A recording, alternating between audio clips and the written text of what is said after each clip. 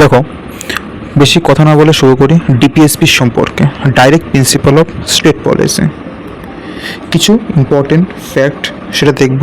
এই ডিপিএসপি কোথা থেকে নেওয়া হয়েছে? ডিপিএসপি আয়ারল্যান্ডের সংবিধান থেকে নেওয়া হয়েছে। আবার এই আয়ারল্যান্ড কাদের কাছ থেকে নিয়েছে? স্পেনের থেকে নিয়েছে। ক্লিয়ার? এর উদ্দেশ্য কী?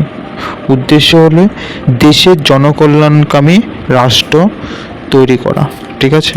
সাথে সাথে সামাজিক, অর্থনৈতিক গণতন্ত্র প্রতিষ্ঠা করা হলো গিয়ে DPSP direct principal of state পলিসির উদ্দেশ্য।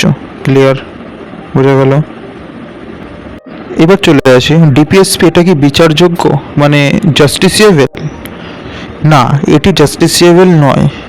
এই ডিপিএসপি হলো গিয়ে জাস্টিসিয়েবল নয়, অর্থাৎ সরকার যদি এই নীতিগুলো পালন না করে তবে আপনি এর জন্য সুপ্রিম কোর্ট বা হাইকোর্টে গিয়ে মামলা করতে পারবেন না। এটা আর্টিকেল নম্বর 37-এ লেখা আছে। ক্লিয়ার? অতএব ডিপিএসপির মধ্যে যা যা আছে, যেই কথাগুলো বলা আছে সেই কথাগুলো আমাদের পালন করতে হবে। কিন্তু ধরো কেউ একজন পালন করছে না, তাহলে আমরা তার বিরুদ্ধে গিয়ে হাইকোর্ট বা সুপ্রিম কোর্টে অভিযোগ দায়ের করতে পারবো না। বা সরকার পালন করছে না, তাহলে তার বিরুদ্ধে গিয়ে আমরা সুপ্রিম কোর্ট বা হাইকোর্টে অভিযোগ দায়ের করতে পারবো না। যদি করিও তাহলে তার কোনো মামলা হবে না। ঠিক আছে? ক্লিয়ার? এটা 37-এ উল্লেখ করা আছে।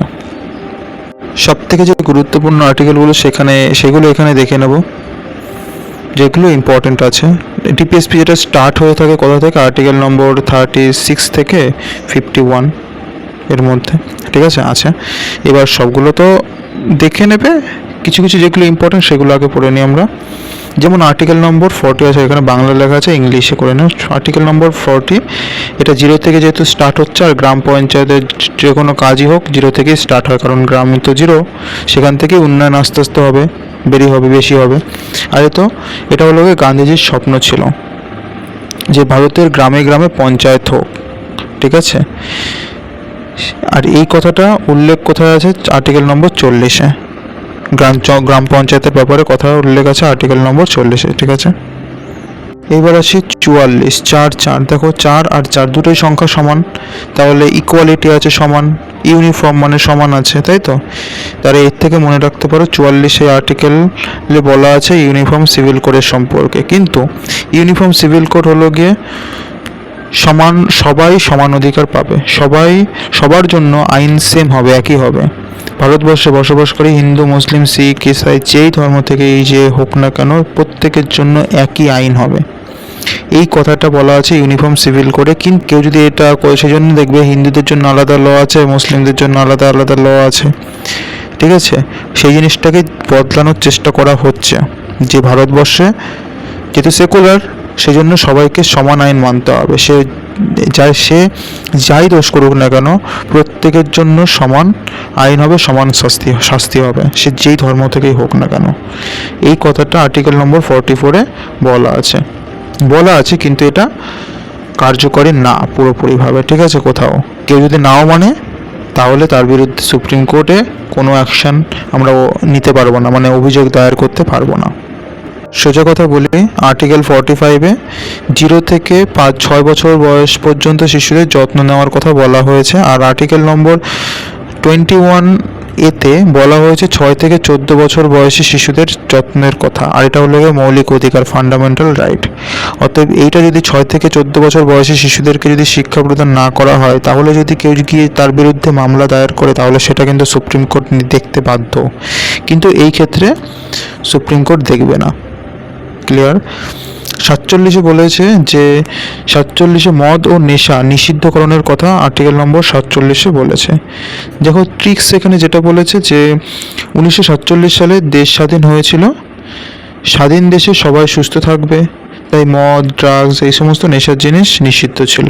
সেই থেকে মনে রাখো 47 নম্বর আর্টিকেল, 1947 নম্বর আর্টিকেলে এই কথাটা বলা আছে। 48-এ কী আছে? 48-এ বলা আছে যে কৃষি সম্পর্কে, পশুপালন সম্পর্কে এবং গরুকে হত্যা বন্ধ করার সম্পর্কে বলা হয়েছে। সেই সম্পর্কে বলা হয়েছে, পশুপালনের সম্পর্কে বলা হয়েছে, এবং গরুকে যাতে হত্যা করা বন্ধ করা হয় সেই সম্পর্কে বলা হয়েছে আর্টিকেল নম্বর 48, ঠিক আছে? আর আর্টিকেল নম্বর 48-এর এতে বলা হয়েছে পরিবেশ ও বন্যপ্রাণীর রক্ষার কথা বলা আছে। এবার দেখো আর্টিকেল 50, বিচার বিভাগ এবং শাসন বিভাগের পৃথকীকরণ। 50-50 মানে সমান সমান। সেই জন্য আর্টিকেল 50 এটা ডিসাইড করছে যে এক্সিকিউটিভের কাজ আলাদা হবে, জুডিশিয়ারির কাজ আলাদা হবে, দুটোকে সমান সমান আলাদা আলাদা দায়িত্বে ভাগ করে দিয়েছে। কেউ কারো কাজে হস্তক্ষেপ করতে পারবে না, ঠিক আছে, নাক গলাতে পারবে না। এই কথাটা আর্টিকেল নম্বর কত, আর্টিকেল নম্বর 50-এ বলা হয়েছে, সেই জন্য 50-50 এরকম মনে রাখো। যেটা আরেকটা আর্টিকেল নম্বর 51, আর্টিকেল নম্বর 51-এ এটা বলা আছে যে আন্তর্জাতিক শান্তি ও নিরাপত্তার কথা। যেরকম ধরো আমরা কোনো দক্ষিণা যদি দিই, 51 টাকার দক্ষিণা দিই, আর দক্ষিণা দিয়ে যাতে এই জিনিসটা আমরা চাই যাতে শান্তি বজায় থাকে সব জায়গায়, তাহলে মনে রাখো আর্টিকেল নম্বর 51 এটা শান্তির, আন্তর্জাতিক শান্তির একটা বার্তা প্রকাশ করছে। কি আর্টিকেল নম্বর 51, ঠিক আছে, আমাদের সংবিধানে ইন্টারন্যাশনাল পিস বজায় রাখার চেষ্টা করার কথা এই আর্টিকেল নম্বর 51-এ বলেছে। ওকে, এই কটাই ছিল, ঠিক আছে। এবার যাদের একটু বুঝতে সুবিধা হয়েছে তারা অবশ্যই একটু সাবস্ক্রাইব করে সাপোর্ট করবে। আজকের জন্য তাহলে এটুকু আসছি। ভালো থাকবে, সুস্থ থাকবে, হাসি খুশি থাকবে। জয় হিন্দ, বন্দে মাতরম, ভারত মাতা কি জয়।